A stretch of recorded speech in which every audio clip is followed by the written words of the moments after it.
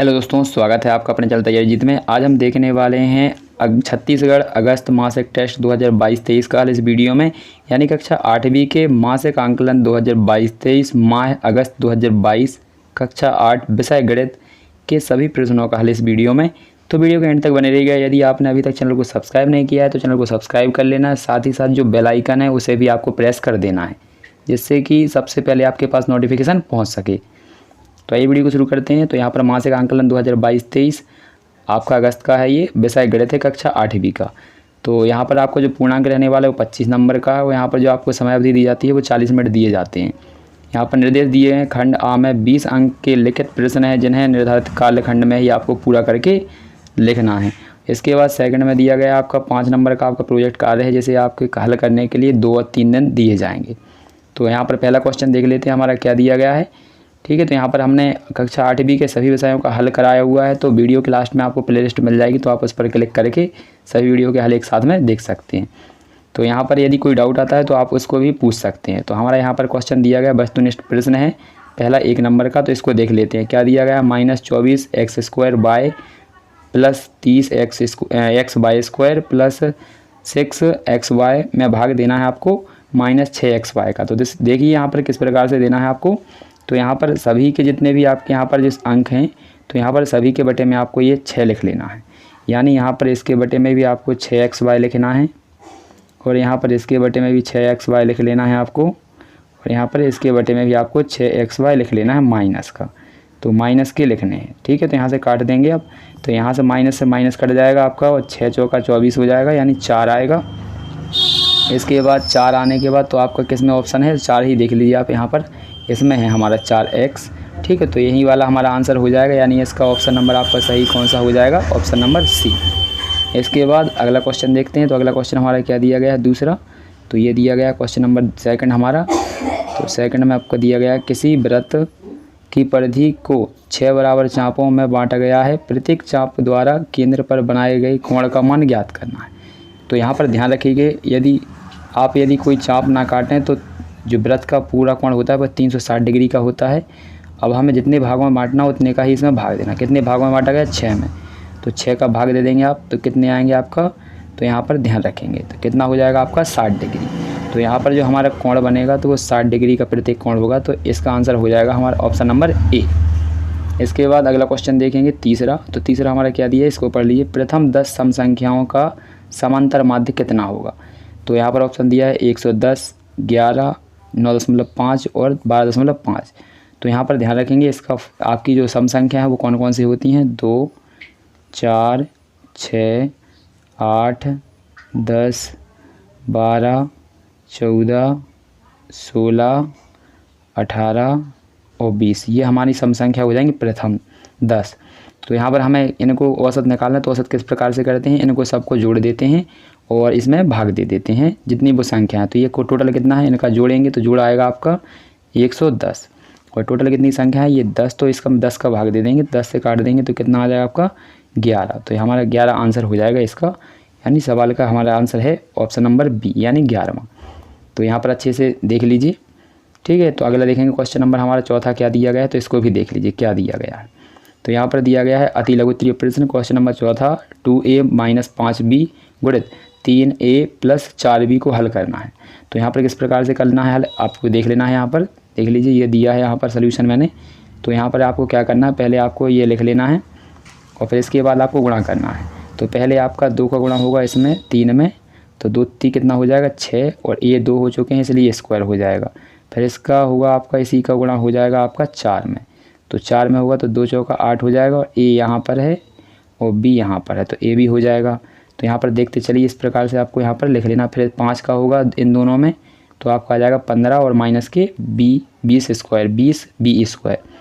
इसके बाद हम एक सी संख्या है ये वाली, तो इन्हें घटा देंगे, 15 में से 8 जाएंगे तो माइनस का 7 बचेगा। तो ये आपका आंसर निकल के आ जाएगा। तो यहाँ से अच्छे से नोट डाउन कर लीजिए इसको। ये हमारा क्वेश्चन नंबर 4 का आंसर है। इसके बाद क्वेश्चन नंबर 5वां देखते हैं। तो क्या दिया गया है, यहाँ पर देख लीजिए, ये दिया गया क्वेश्चन नंबर 5। तो यहाँ पर पढ़ लीजिए क्वेश्चन 5 में क्या लिखा है।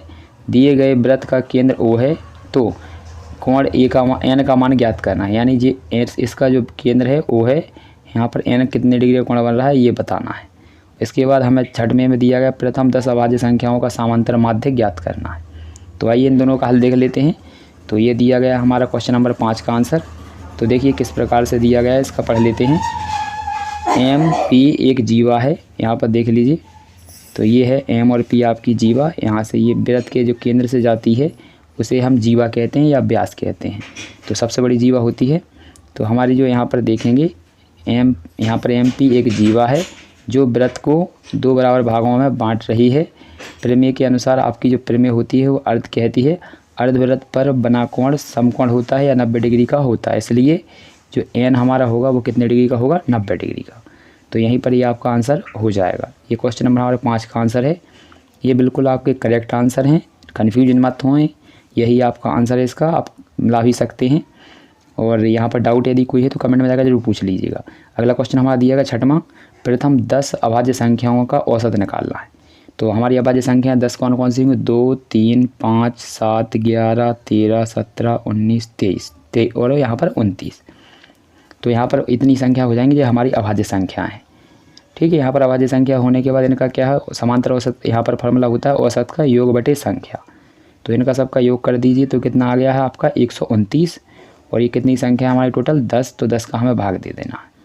10 का भाग देंगे तो आपका एक अंक बाद दशमलव लग जाएगा, यानी 12.9 आपका आंसर हो जाएगा। यदि कोई डाउट है तो कमेंट में जाकर जरूर पूछेंगे। अगला है हमारा क्वेश्चन 7। तो 7 में हमें यहाँ पर हल करना है। यदि आपने अभी तक चैनल को सब्सक्राइब नहीं किया तो चैनल को सब्सक्राइब जरूर कर लें ताकि आपको सभी पेपरों के हल मिल सकें। मैंने कक्षा 8वीं और 7वीं के यहाँ पर पूरे विषय के हल यहाँ पर अपलोड कर दिए हैं, तो आप उनको जाकर देख सकते हैं। तो 7वां क्वेश्चन देखेंगे क्या दिया गया है। इसको आपको यहाँ पर भाग देना है इसमें, ठीक है, -7x² से यहाँ पर प्लस, तो इसको देखेंगे +4 से। तो यहाँ पर इस प्रकार से आपको इसे करना है। देख लीजिए किस प्रकार से। पहले तो हमें इनको क्रम में लिख लेंगे। तो क्रम में किस प्रकार से लिखेंगे, पहले 4 घात वाला, फिर 3 घात वाला, फिर 2 घात और फिर 1 घात वाला। ठीक है, तो घातों को घटते क्रम में लिख देंगे, इसी प्रकार इसमें लिखा हुआ घटते क्रम में। फिर इसके बाद हम यहाँ पर भाग देंगे। तो इस प्रकार से देंगे। 7 का पहाड़ा पढ़ना है आपको कि 42 से ज़्यादा ना हो। तो कितनी बार पढ़ेंगे, 6 बार। और यहाँ पर x की घात 2 है ही, तो कितनी चाहिए, यहाँ पर 4 है तो यहाँ पर 2 बार लगेगी। तो यहाँ पर हम गुणा कर देंगे यहाँ पर 6x² का। तो यहाँ पर ये प्लस का ये माइनस का गुणा होगा तो माइनस के आ जाएंगे। इसके बाद इसका और इसका गुणा करेंगे तो 6 चौका 24, x 2 है ये है और 1 ये है, तो कितने हो जाएंगे 3x²। अब इनको घटा देंगे तो ये चिन्ह बदल देंगे तो ये प्लस हो जाएगा और ये हमारा माइनस।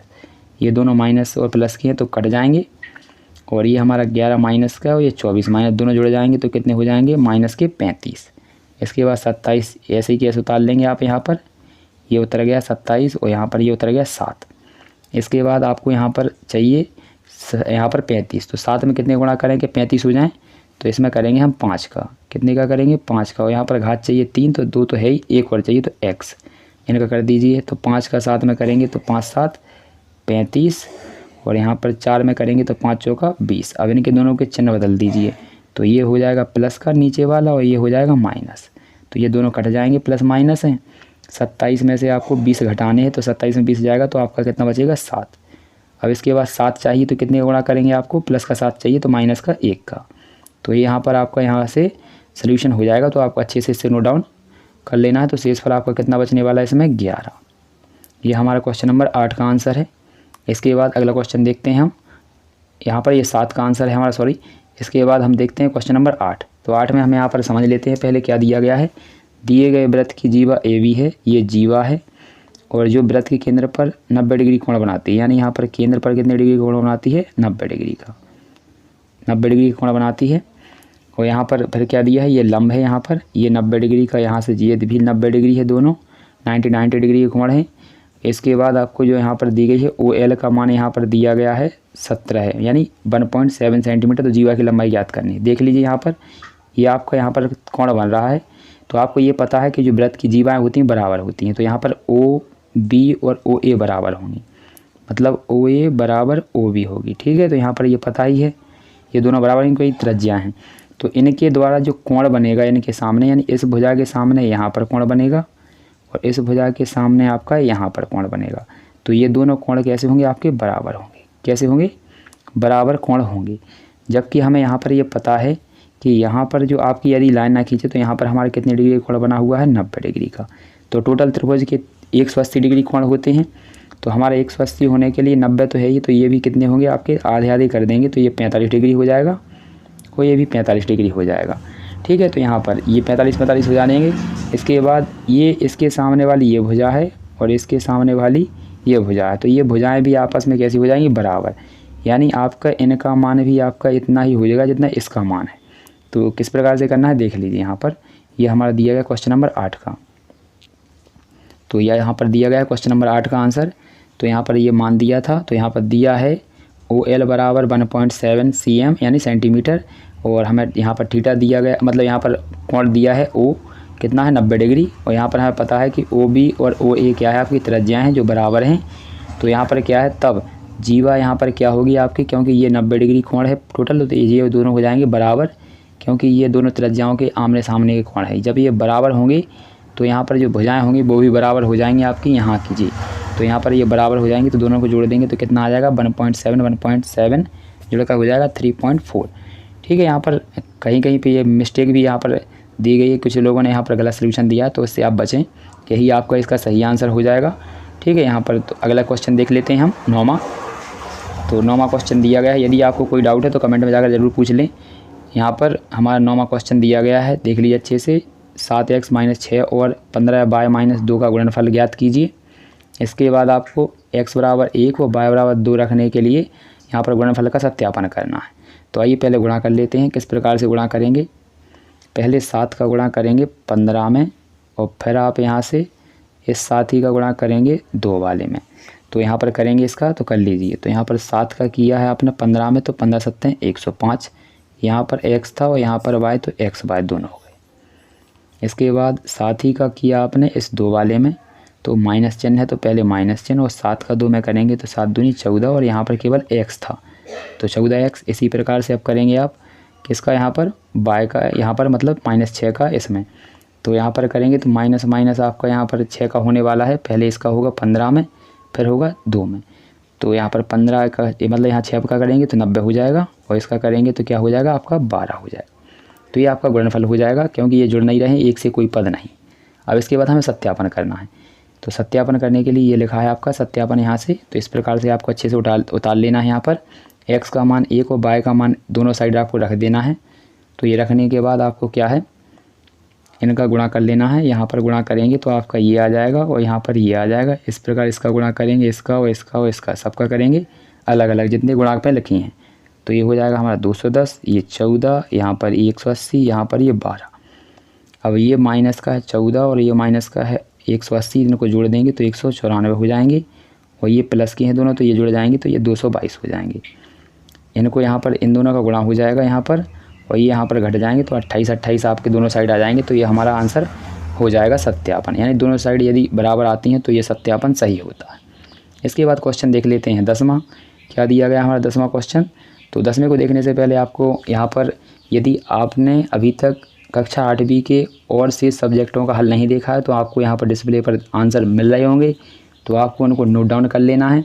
और यदि आप चैनल पर पहली बार आएँ तो चैनल को सब्सक्राइब कर लीजिए, और साथ ही साथ बेल आइकन को ऑन कर दीजिए, जिससे कि आपको सबसे पहले नोटिफिकेशन मिल सके। अगले वाले वीडियो में हम क्वेश्चन नंबर 10 में यानी खंड वा का सल्यूशन लेकर आएंगे। तो वीडियो के लास्ट तक बने रहिएगा, जिससे कि आपको सभी पेपरों के सल्यूशन मिलेंगे। ठीक है, मिलते हैं अगले वीडियो में, तब तक के लिए जय हिंद जय भारत।